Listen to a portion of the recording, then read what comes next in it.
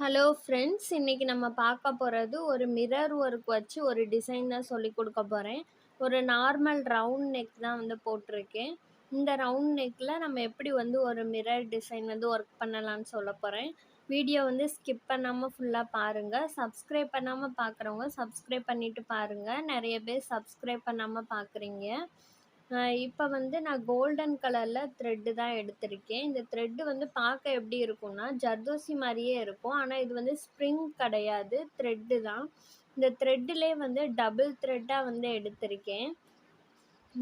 இதுக்கு முன்னாடி காமிச்ச த்ரெட் ரொம்ப ஷைனிங்காக இருக்கும், கிளிட்டரிங்காக இருக்கும். ஆனால் இதில் கிளிட்டர் எஃபெக்டெல்லாம் இருக்காது. நார்மல் ஒரு கோல்டன் த்ரெட் மாதிரி தான் இருக்கும். இப்போ இதை ரன்னிங் ஸ்டிச் போட்டு லாக் பண்ணுறேன். 2 த்ரெட்டையுமே ஒன்றா பிடிச்சி வச்சுக்கோங்க. ஒன்றா பிடிச்சி அந்த லைன் மேலே வச்சுட்டேன். அப்படியே ஜிக்ஸாக்கில் 2ஐயும் சேர்த்து வளைச்சி வளைச்சி ஸ்டிச்சஸ் போடணும் லாக் பண்ணி. இதுக்கு ரன்னிங் ஸ்டிச் மட்டும்தான் போடணும். சாட்டன் ஸ்டிச் போட்டிங்கன்னா அந்த த்ரெட்டோட கலரும் மறைஞ்சிரும், அந்த த்ரெட்டோட ஷைனிங்கும் தெரியாது. ரன்னிங் ஸ்டிச்சில் அந்த கோல்டன் கலர் ஜரி த்ரெட் எடுத்துக்கோங்க. த்ரெட்டோட கலர் என்னவோ அதுக்கு மேட்சான கலரில் தான் நம்ம ரன்னிங் ஸ்டிச் அது மேலே போடணும்.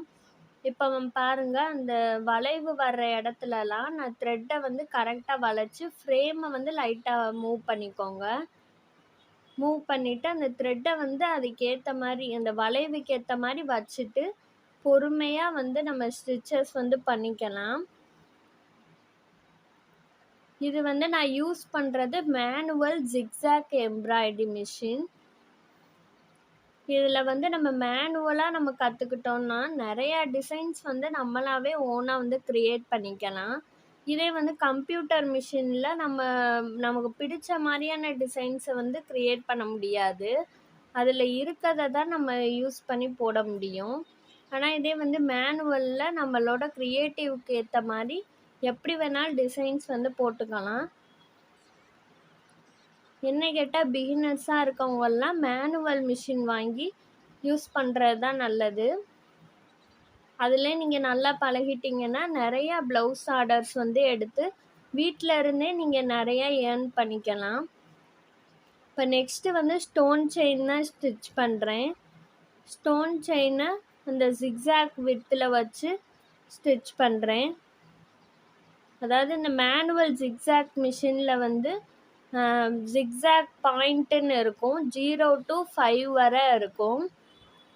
நம்ம கீழே அகல பாயிண்ட்டு அந்த ஃபுட்டில் அமுக்க அது அகலம் கூடிக்கிட்டே இருக்கும். இப்போ ஸ்டோன் செயினே பாருங்கள், நான் நேராக கரெக்டாக வச்சுட்டு அதுக்கப்புறம் தான் அது மேலே ஸ்டிச்சஸ் போடணும். இப்போ இந்த வீடியோ தான் ஃபஸ்ட்டு வீடியோவாக பார்க்குறீங்கன்னா உங்களுக்கு இந்த மிஷினை பற்றி நிறைய டீட்டெயில்ஸ் தெரியாது. அதுக்கு நான் முன்னாடியே ப்ரீவியஸ் வீடியோ மிஷினை பற்றி ஃபுல் டீட்டெயில்ஸ் போட்டிருக்கேன். பழைய வீடியோஸ்லாம் பார்த்தீங்கன்னா உங்களுக்கு கிளியராக புரியும். இப்போ அதே கோல்டன் த்ரெட்டை இன்னொரு லைன் வச்சு அந்த பார்டர் முடிச்சிடலாம். இப்போ நெக்ஸ்ட்டு ஸ்கொயர் ஷேப்பில் மிரர் தான் எடுத்திருக்கேன். முன்னாடி பண்ண டிசைனில் ரவுண்ட் ஷேப் மிரரில் எப்படி ஃபில்லப் பண்ணலான்னு காமிச்சேன். இப்போ ஒரு ஸ்கொயர் ஷேப் எடுத்துகிட்டு அதை எப்படி ஃபில்லப் பண்ணலான்னு சொல்கிறேன். இந்த மாதிரி கொஞ்சம் கேப் விட்டு கொஞ்சம் சென்டர் பாயிண்டில் வச்சுக்கோங்க. இது நார்மல் மிரர் கிடையாது. இது மிஷின் எம்ப்ராய்டரிக்குன்னே யூஸ் பண்ணுற மாதிரி பிளாஸ்டிக் மிரர். இதோட இன்னொரு நேம் மைக்கா மிரர் அப்படின்னு சொல்லுவாங்க. ஃபஸ்ட்டு அந்த ட்ரையாங்கிள் ஷேப்பில் ஒரு பாயிண்ட்டில் பிடிச்சிட்டு அந்த மிரரை ட்ரையாங்கிள் ஷேப்பில் லாக் பண்ணிக்கிறேன். அடுத்த ஆப்போசிட் சைடில் உள்ளதையும் ட்ரையாங்கிள் ஷேப்பில் ஸ்டிச்சஸ் போட்டுக்கணும். இப்போ நெக்ஸ்ட்டு நம்ம ஃப்ரேமை மூவ் பண்ணிக்கணும். டைரக்ஷனுக்கு ஏற்ற மாதிரி மூவ் பண்ணிவிட்டு இப்போ இந்த சைடு நம்ம ட்ரையாங்கிள் ஷேப்பில் ஸ்டிச் பண்ணணும். அந்த ஷேப் மிரரோட ஷேப்க்கு ஏற்ற மாதிரியே ஸ்டிச் பண்ணிவிட்டு ரன்னிங் ஸ்டிச்சிலே ஆப்போசிட் டைரக்ஷனுக்கு கொண்டு போகணும். கொண்டு போயிட்டு இப்போ அங்கேருந்து ஒரு ட்ரையாங்கிள் ஸ்டிச்சு. இந்த மாதிரி 4 சைடுமே நம்ம ஸ்டிச் பண்ணோம்னா மிரர் வந்து நல்லா ஃபிக்ஸ் ஆயிரும். நம்ம கம் கூட போட தேவையே இல்லை. இப்படியே நீங்கள் வச்சு வந்து ப்ராக்டிஸ் பண்ணுங்கள். எந்த சைடு வந்து ஸ்டிச் பண்ண போகிறோமோ அதுக்கு ஆப்போசிட் சைடில் மிரரை வந்து நல்லா வந்து பிடிச்சிக்கணும்.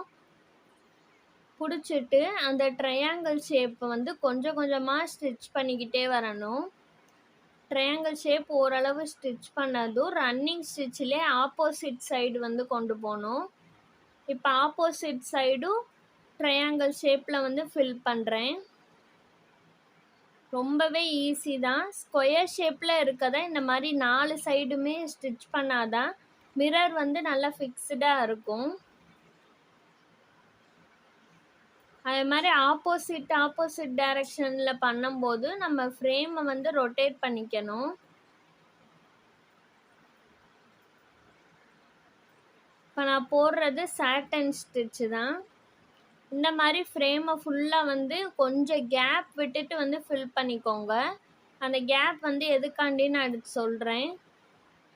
இப்போ ஃபுல்லாக வந்து மிரரை வந்து ஃபில் பண்ணியாச்சு. இப்போ நெக்ஸ்ட்டு வந்து ஒரு பென்சில் மார்க்கரில் ஒரு லைன் மாதிரி போட்டுட்டு அதிலிருந்து ஒரு கொடி வர்ற மாதிரி வந்து போட்டுக்கிறேன்.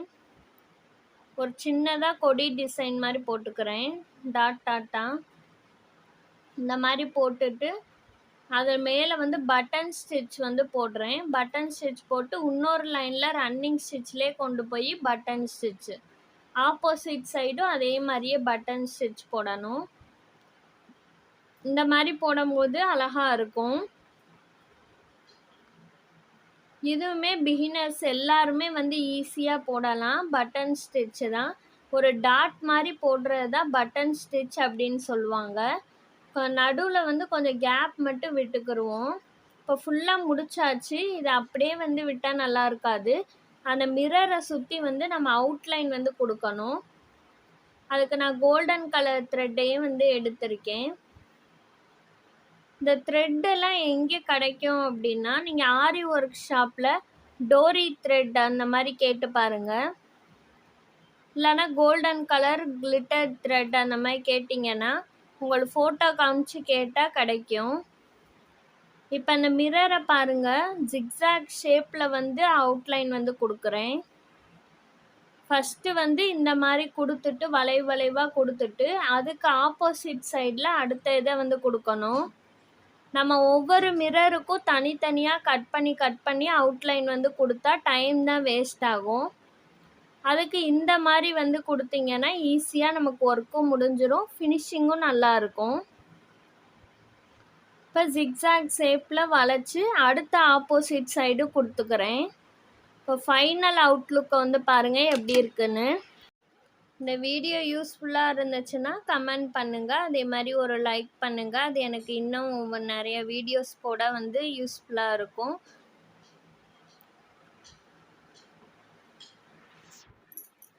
மிஷின் எம்ப்ராய்டரியிலே இன்னும் உங்களுக்கு எந்த மாதிரியான கிளாஸஸ் வேணுன்றதையும் கமெண்ட் பண்ணுங்கள். நெக்ஸ்ட் ஒரு நியூ வீடியோவில் வந்து பார்க்கலாம். தேங்க்ஸ் ஃபார் வாட்சிங்.